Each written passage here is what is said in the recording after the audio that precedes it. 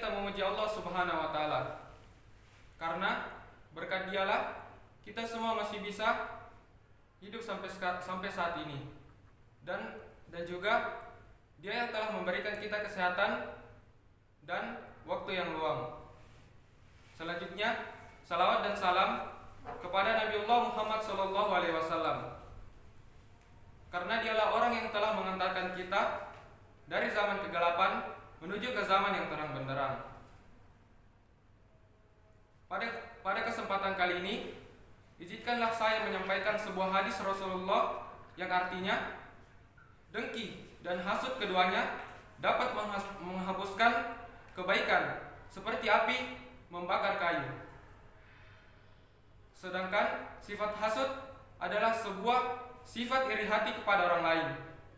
Adapun iri hati ialah merasa tidak rela kenikmatan yang Allah berikan kepada orang tersebut dirasakan oleh orang lain, sehingga ia akan menjadi benci kepada orang tersebut. Dan sifat ini sangat berbahaya dan sangat merusak orang tersebut, karena dapat menghapuskan semua amal kebaikan yang telah ia kerjakan. Orang yang senantiasa berbuat baik, misalnya tekun menjalankan sholat dan sedekah, namun jika di hatinya memiliki sifat dengki dan iri hati, maka rusaklah semua amal yang telah ia kerjakan. Dalam hadis lain, Rasulullah SAW juga bersabda, ada 3 perkara yang tidak akan selamat darinya, yaitu prasangka buruk, hasud atau iri hati, dan khawatir tidak mendapat sesuatu.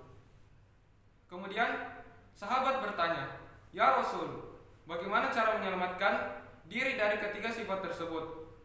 Rasulullah menjawab, "Jika di dalam hatimu ada rasa iri hati, maka janganlah kau turuti. Jika kau memiliki prasangka buruk kepada seseorang, maka janganlah kau selidiki sampai terbukti. Dan jika di dalam hatimu ada kekhawatiran tidak mendapatkan kebaikan, maka berusahalah sampai tercapai." Ketika di hati kita terdapat rasa iri hati, maka hendaknya janganlah diwujudkan menjadi kenyataan. Sebab jika kita dapat menahan rasa iri hati itu, maka Allah akan memaafkannya. Artinya, selama iri hati itu belum dilakukan, maka masih ada ampunan atas dosa tersebut. Dan ketika kita berprasangka buruk, maka janganlah kita mencari terhadap kabar atau suara yang kita dengarkan, agar niat untuk menyelidiki itu tidak dapat terwujud. Sebagai seorang muslim, maka hendaklah kita saling menyayangi sesama manusia. Jangan saling iri hati dan jangan pula menipu. Hal ini telah ditegaskan dalam sabda Nabiullah Muhammad SAW, yang artinya, janganlah saling membenci, saling menghasut, dan jangan pula menipu atau pura-pura menawarkan barang untuk menjatuhkan yang lain. Jadilah hamba Allah yang akur. Rasulullah SAW bersabda di dalam sebuah hadis yang berbunyi, "Anna Nabiya SAW qol, iyyakum wal hasada, fa innal hasada ya'kulul hasanati kama ta'kulun naral hataba au qalal aus." Yang artinya, sesungguhnya Nabi SAW bersabda, "Jauhilah hasad atau dengki, karena hasad dapat memakan kebaikan seperti api memakan kayu bakar." Hadis riwayat Abu Daud nomor 4257. Orang yang mempunyai kebiasaan iri hati kepada sesamanya, maka ia akan ditimpa 5 bencana, yaitu hatinya tidak bisa tenang, namun selalu kacau. Ia ditimpa cobaan yang tidak mendapatkan pahala. Semua cobaan Allah itu akan diganti dengan pahala, kecuali yang menimpa terhadap orang yang iri hati. Kemudian orang yang iri hati akan mendapatkan murka dari Allah dan tidak mendapatkan taufik darinya. Sesungguhnya kenikmatan dari Allah yang diterima seseorang itu akan dicintai oleh musuhnya. Adapun musuh yang dimaksudkan di sini ialah orang yang mempunyai sifat iri hati. Ia tidak akan tenang jika ia melihat teman atau saudaranya mendapatkan kenikmatan yang lebih dari Allah Subhanahu wa taala. Hatinya selalu merasa kacau dan merasa benci jika melihat orang lain tersebut keadaannya lebih baik daripada dirinya. Di dalam hadis diterangkan bahwa ada 6 golongan yang masuk neraka, dan salah satunya diantaranya ialah orang yang memiliki sifat iri hati. Mereka saling hasut dan saling iri hati karena mempunyai tujuan yang tidak ikhlas dalam menegakkan agama Islam. Seorang ahli hikmah berpesan demikian: hati-hatilah kamu, jangan sampai iri hati dan dengki, sebab dosa-dosa yang diperbuat di langit maupun di bumi untuk pertama kalinya adalah akibat iri hati dan dengki. Di langit, iblis membangkang kepada Allah dan menolak untuk menghormati Nabi Adam. Karena ia mempunyai sifat iri dan dengki kepada Nabi Adam, dan di bumi Kabil membunuh adiknya yang bernama Habil disebabkan oleh rasa dengki dan iri hati,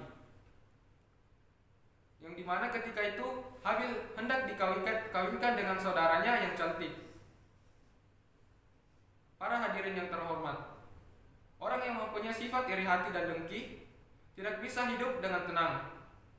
Sedangkan orang kikir itu tidak mempunyai jiwa kemanusiaan. Demikianlah kata-kata ahli hikmah tersebut. Iri kepada ilmu pengetahuan adalah baik, sebab seseorang akan terdorong untuk mencari ilmu sebanyak-banyaknya sehingga pengetahuannya menjadi bertambah.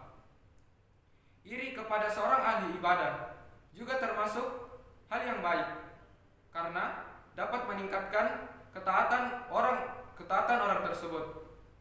Namun, iri hati terhadap kenikmatan akan merusak segala-galanya dan hanya akan menimbulkan dosa. Oleh karena itu, setiap muslim hendaknya membersihkan diri dari perbuatan hasud dan dengki. Karena orang yang mempunyai sifat itu berarti menentang hukum Allah, menentang takdir Allah, dan ini pun dijelaskan dalam sebuah hadis. Rasulullah SAW pernah berpesan kepada Anas, "Wahai Anas, janganlah engkau mempunyai sifat dendam dan iri hati kepada sesama muslim, baik siang maupun malam. Inilah ajaranku, barang siapa mengikuti ajaranku berarti cinta kepadaku, dan berarti ia pula akan berdampingan denganku di surga."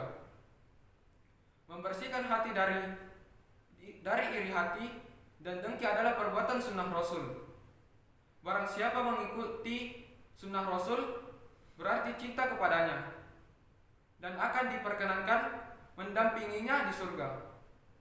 Oleh karena itu, setiap muslim diwajibkan untuk membersihkan hatinya dari sifat buruk itu. Adapun ciri-ciri sifat hasud ialah: yang pertama, ia membenci nikmat Allah yang Allah berikan kepada orang lain. Kedua, ia tidak rela ketentuannya Allah dalam hal membagi rezeki. Hatinya berkata, "Mengapa caramu dalam membagi rezeki?" Kemudian yang ketiga ialah ia selalu kikir terhadap karunia Allah yang telah diterima dan dirasakannya. Yang keempat, karena harapannya melenyapkan nikmat Allah yang diberikan kepada orang tersebut. Dan yang terakhir, yang kelima, ia termasuk pasukan iblis yang selalu siap membantunya dalam perbuatan buruk. Demikianlah apa yang bisa saya sampaikan pada kesempatan kali ini. Jika ada kesalahan, mohon dimaafkan. Wassalamualaikum warahmatullahi wabarakatuh.